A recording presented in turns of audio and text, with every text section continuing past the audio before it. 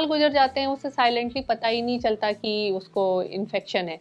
फिर क्या होता है कि धीरे धीरे उसकी इम्यूनिटी कम होती है और वो कुछ अजीब से डिफरेंट, जैसे हम अपॉर्चुनिस्टिक इन्फेक्शन कहते हैं, वो ना पकड़ने लगता है, वेट लॉस होने लगता है, डायरिया चलने लगता है, स्किन में अल्सर्स बन रहे हैं, मुंह में लंबे लंबे अल्सर चल रहे हैं, जीभ वाइट हो रही है, जेनाइटल एरिया से सिक्रीशंस हो रहे हैं, कई बार तो कैंसर का भी रिस्क होता है, वो हो रहा है, तो वो ना डॉक्टर के पास पहुंचते हैं। तो जो बच्चा है वो ड्यूरिंग प्रेगनेंसी भी पॉजिटिव हो सकता है, ड्यूरिंग चाइल्ड बर्थ अगर मदर और बच्चे का ब्लड कॉन्टैक्ट में आता है तो पॉजिटिव हो सकता है, इवन पैदा होने के बाद अगर वो अपनी मदर से फीड करता है तो उससे भी वो पॉजिटिव हो सकता है। आना चाहिए, हमारी रिस्पॉन्सिबिलिटी हमारी सोसाइटी के लिए भी, अगर हम पॉजिटिव हैं, हमें पता नहीं और हम साइलेंटली दूसरों को इन्फेक्शन स्प्रेड कर रहे हैं, तो हर किसी को कराना चाहिए और उसे अपना स्टेटस पता होना चाहिए। और आप जिसके भी साथ सेक्सुअल एक्टिविटीज में इन्वॉल्व हैं, बेटर ये भी कि आपको उसका भी स्टेटस पता होना चाहिए।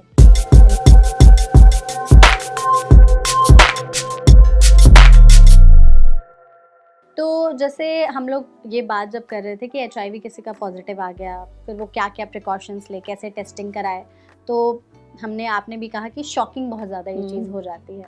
तो जैसे ही उसे पता चला कि वो अब शॉक में है, तो कुछ आप टिप्स देंगे कि वो किस तरह से इस चीज़ को बताए, क्योंकि बहुत सारे लोग सहम जाते हैं इस चीज़ के बारे में जान करके, उन्हें लगता है कि अब उनके कैरेक्टर पर बात आ जाएगी। स्पेशली आई थिंक लड़कियों के मामले में ये चीज़ ज़्यादा हो जाती है कि जैसे ही अगर वो एचआईवी पॉजिटिव या एड्स अगर उनको हो गया तो सीधे उनका कैरेक्टर पे मतलब उंगली उठा दी जाएगी। तो वैसे लोगों के लिए आप एज अ डॉक्टर कुछ टिप्स अगर देना चाहेंगे ताकि वो मतलब कॉन्फिडेंस आए उनमें लोगों से इस चीज़ के बारे में बात करने के लिए। देखिए, सबसे इम्पॉर्टेंट बात यह है कि आपने एचआईवी का टेस्ट कराया तो उसकी जो रिपोर्ट है ना, वो बिल्कुल कॉन्फिडेंशियल होती है। वो आपको बुला के आपसे साइन करा करके आपको दी जाएगी। तो जब तक आप विलिंग नहीं हो ना कि मुझे ये बात डिस्क्लोज करनी है, ये बात कहीं डिस्क्लोज हो ही नहीं सकती। तो ये आपकी इच्छा है। इवन जब आप टेस्ट कराने जाते हो तो भी आपसे सिग्नेचर लेके कंसेंट कराते हैं कि हम एचआईवी का टेस्ट करा रहे हैं, और रिपोर्ट भी आपको प्राइवेटली हैंड ओवर करी जाती है। तो इसमें ये जरूरी नहीं कि आप इस बात को डिस्क्लोज करो। आपको नहीं बताने का मन है ना कि मुझे अपने फ्रेंड्स को नहीं बताना, अपनी फैमिली को नहीं बताना, अपने वर्क प्लेस में नहीं बताना, तो आप मत बताओ। आपको इस बात का भी डर है कि मुझे डिस्क्रिमिनेट करेंगे, तो एचआईवी एक्ट है हमारे गवर्नमेंट का, 2019 में बना था। इसके अकॉर्डिंगली कोई आपको डिस्क्रिमिनेट कर ही नहीं सकता आपके एचआईवी स्टेटस के बेसिस पे। ओके, आपके वो सारे राइट्स हैं जो एक नॉर्मल ह्यूमन बीइंग के राइट्स हैं।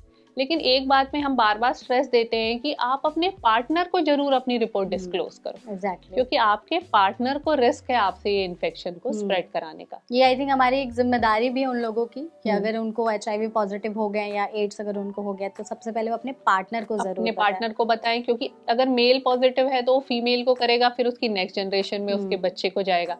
फीमेल पॉजिटिव है तो वो भी अपने बच्चे को ट्रांसफर करेगी, वो अपने हस्बैंड को ट्रांसफर करेगी। तो उनको डिस्क्लोज करना इंपॉर्टेंट है। इसके लिए आईसीटीसी सेंटर्स में ना प्रॉपर काउंसलिंग होती है। उन्हें बताया जाता है कि आप अपने पार्टनर को बताओ, आप हस्बैंड वाइफ को बताओ कि हम पॉजिटिव हैं, जो कि जरूरी है। आपने जैसे यहाँ पे कहा कि अगर फीमेल पॉजिटिव हो गई तो वो आगे भी पास ऑन हो सकता है, तो कैसे, जैसे बच्चे में पास ऑन हो सकता है या फिर ये जेनेटिक मतलब जेनेटिकल प्रॉब्लम तो नहीं हो जाएगी ऐसा? नहीं, देखिए, जेनेटिकल प्रॉब्लम नहीं होती। जैसे फीमेल कोई पॉजिटिव हो गई और वो प्रेग्नेंट है, तो जो बच्चे के चारों तरफ फ्लूइड होता है, जिसे हम एमनियोटिक फ्लूइड कहते हैं, जो पानी भरा होता है, उसमें एचआईवी वायरस होता है। साथ में मदर के ब्लड में एचआईवी वायरस होता है और मदर के ब्रेस्ट मिल्क में एचआईवी वायरस होता है। तो जो बच्चा है वो ड्यूरिंग प्रेगनेंसी भी पॉजिटिव हो सकता है, ड्यूरिंग चाइल्ड बर्थ अगर मदर और बच्चे का ब्लड कॉन्टैक्ट में आता है तो पॉजिटिव हो सकता है, इवन पैदा होने के बाद अगर वो अपनी मदर से फीड करता है तो उससे भी वो पॉजिटिव हो सकता है। तो अगर आप ऐसे रफली देखो तो इतना हाई चांस होता है कि 30% टाइम बच्चा अपनी मदर की वजह से एचआईवी पॉजिटिव हो सकता है। लेकिन अगर बहुत सारे प्रिकॉशंस होते हैं, अगर आप दवाइयाँ लेते हैं, अगर डिलीवरी के टाइम पे ध्यान रखा जाता है, तो वो रिस्क जो 30% था ना, वो कम होके 0.1% हो जाता है। ओके, तो इसलिए बात बहुत इंपॉर्टेंट है कि हर मदर का, इवन प्रेग्नेंट लेडी का, प्रेगनेंसी के टाइम में एक एचआईवी टेस्ट होना ही चाहिए। ओके, ताकि हम तभी तो हम अपनी नेक्स्ट जनरेशन को बचा सकेंगे इस इन्फेक्शन से। तो अगर वो बच्चा पॉजिटिव हो गया, तो जैसे अभी वो न्यू बॉर्न बेबी ही है या फिर अगर प्रेगनेंसी के दौरान हमें पता चल गया कि बच्चा पॉजिटिव ही है, क्या पता चल सकता है? नहीं, ऐसे नहीं पता मतलब चलता, वो इसमें जन्म के टाइम बाद लगता है। हाँ, जन्म के बाद लगभग 12 वीक का समय लगता है इस बात को कंफर्म करने में कि बच्चा पॉजिटिव। उसके बाद अगर मदर पॉजिटिव है तो मदर को ये बोला जाता है कि आप अपनी एचआईवी की मेडिकेशन स्टार्ट करो, उसको through out the pregnancy continue करो, ताकि आपके शरीर में वायरस का लोड कम हो तो आप बच्चे को ट्रांसफर ना करो। और इस टाइम पे कोई साइड इफेक्ट्स हैं उस मेडिकेशन के? इसमें ना प्रेगनेंसी को ध्यान में रखते हुए दवाइयों की डोज और दवाई को मॉडिफाई करके दिया जाता है। ओके, ठीक है। क्योंकि इसमें सारा हमारा ये है कि बच्चे में ये इन्फेक्शन ना पहुंचे। उसके बाद क्या होता है कि जो आपकी डॉक्टर है जो आपको देख रहे हैं उनको भी पता हो कि आप HIV पॉजिटिव हो, तो जो प्रेगनेंसी की से डिलीवर कराने की मेथड थे ना वो उसको क्विक कर देते हैं ताकि ज़्यादा टाइम में ब्लड कांटेक्ट ना होने पाए, तो भी बच्चे को इन्फेक्शन का रिस्क कम हो जाता है। ओके, तो जैसे अभी हम लोग बात कर रहे थे HIV पॉजिटिव अगर कोई हो गया तो उसकी फिर बॉडी में क्या क्या चेंजेस होते हैं और शरीर पर किस तरीके से असर डालता है, शॉर्ट टर्म में भी और लॉन्ग टर्म में भी, प्लीज उसके बारे में। देखिए, कोई HIV पॉजिटिव हो गया तो जनरली ना लोगों को पता ही नहीं चलता कि हम HIV पॉजिटिव हो। इवन फॉर ईयर्स लोग HIV पॉजिटिव होते हैं, वो एक नॉर्मल लाइफ जी रहे होते हैं और वो इन्फेक्शन को साइलेंटली स्प्रेड कर रहे होते हैं। मतलब वो अपने पार्टनर को दे रहे हैं और अगर IV ड्रग अब्यूज कर रहे हैं, हालांकि IV ड्रग अब्यूज इतना कॉमनली प्रैक्टिस नहीं होता है, लेकिन अगर लोग कर रहे हैं तो वो उसको स्प्रेड कर रहे हैं। तो ऐसे करके ना साल गुजर जाते हैं, उसे साइलेंटली पता ही नहीं चलता कि उसको इन्फेक्शन है।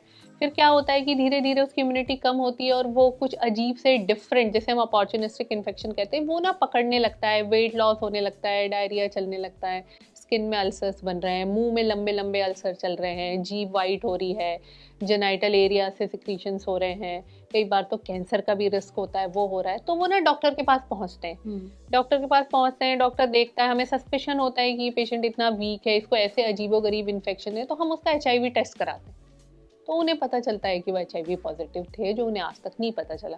कई बार क्या होता है किसी और रीज़न से वो हॉस्पिटल पहुंचते हैं, कोई सर्जरी शेड्यूल कराई है या किसी वजह से ICU पहुंचे, तो फिर हम वो सारे पेशेंट का HIV टेस्ट कराते हैं जो मैंडेटरी है, तो हमें पता चलता है कि पेशेंट पॉजिटिव था। उस पेशेंट को भी तभी पता चलता है।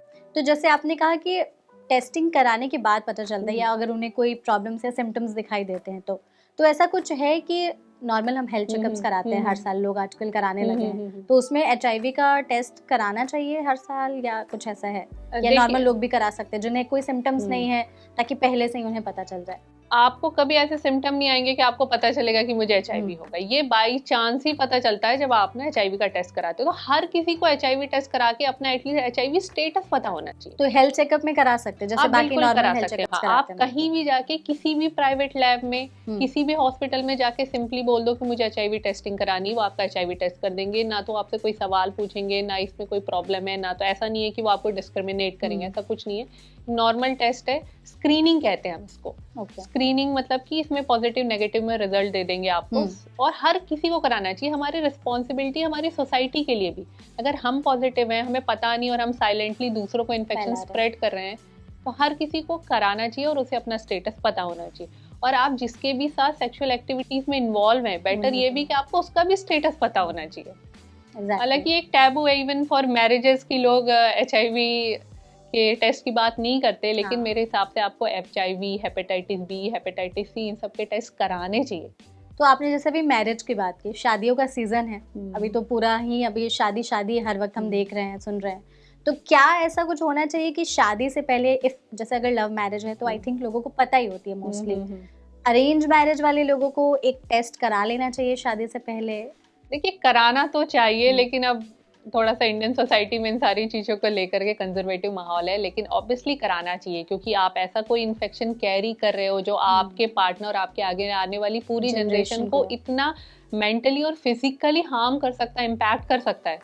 तो आपको डेफिनेटली एक टेस्ट करा लेना चाहिए, specially for HIV, hepatitis B, hepatitis C infections के, क्योंकि क्रॉनिक इन्फेक्शंस हैं, ये ट्रीट नहीं होते, ये कई तरीके के डिफरेंट कैंसर्स कराते हैं, मतलब ये लाइफ की क्वालिटी पुअर कर देते हैं। टेस्टिंग की बात हो रही है तो HIV और एड्स दोनों के टेस्ट अलग होते हैं या सेम? नहीं, ये सेम है, सिंपल है। HIV इन्फेक्शन है, वो एड्स करा रहा है। ओके, ठीक है। और अगर किसी की जेनेटिक हिस्ट्री रही हो, तो जैसे अभी हम लोग बात कर रहे थे, मदर से बेबी में पास ऑन हो गया, तो उन्हें भी आगे चल करके टेस्ट कराते रहना चाहिए। जैसे अगर कोई HIV पॉजिटिव हो गया, उसने अपने पार्टनर का टेस्ट कराया, एक पूरी फैमिली के साथ वो रह रहा है, क्या पूरी फैमिली भी टेस्ट कराए? देखिए, ऐसे तो जेनेटिक में अगर हम कहें तो ये मदर से बच्चे को ट्रांसफर होता है, जेनेटिकली तो नहीं, लेकिन ये बच्चे से मदर में ट्रांसफर होता है, क्योंकि मदर की बॉडी में इन्फेक्शन है और बच्चा कांटेक्ट में आ गया, इस वजह से उन्हीं की बॉडी का पार्ट रहा है, तो इस वजह से ये ट्रांसफर होता है। तो आप देखो, तो अगर मदर पॉजिटिव है तो कहीं ना कहीं फादर को भी रिस्क है, या तो फादर भी पॉजिटिव होंगे तभी मदर पॉजिटिव रही है, या फिर दोनों एक दूसरे से सेक्सुअली इन्वॉल्व हैं तो रिस्क है। फिर मदर से बच्चे में आया तो बच्चे को पॉजिटिव होने का रिस्क है।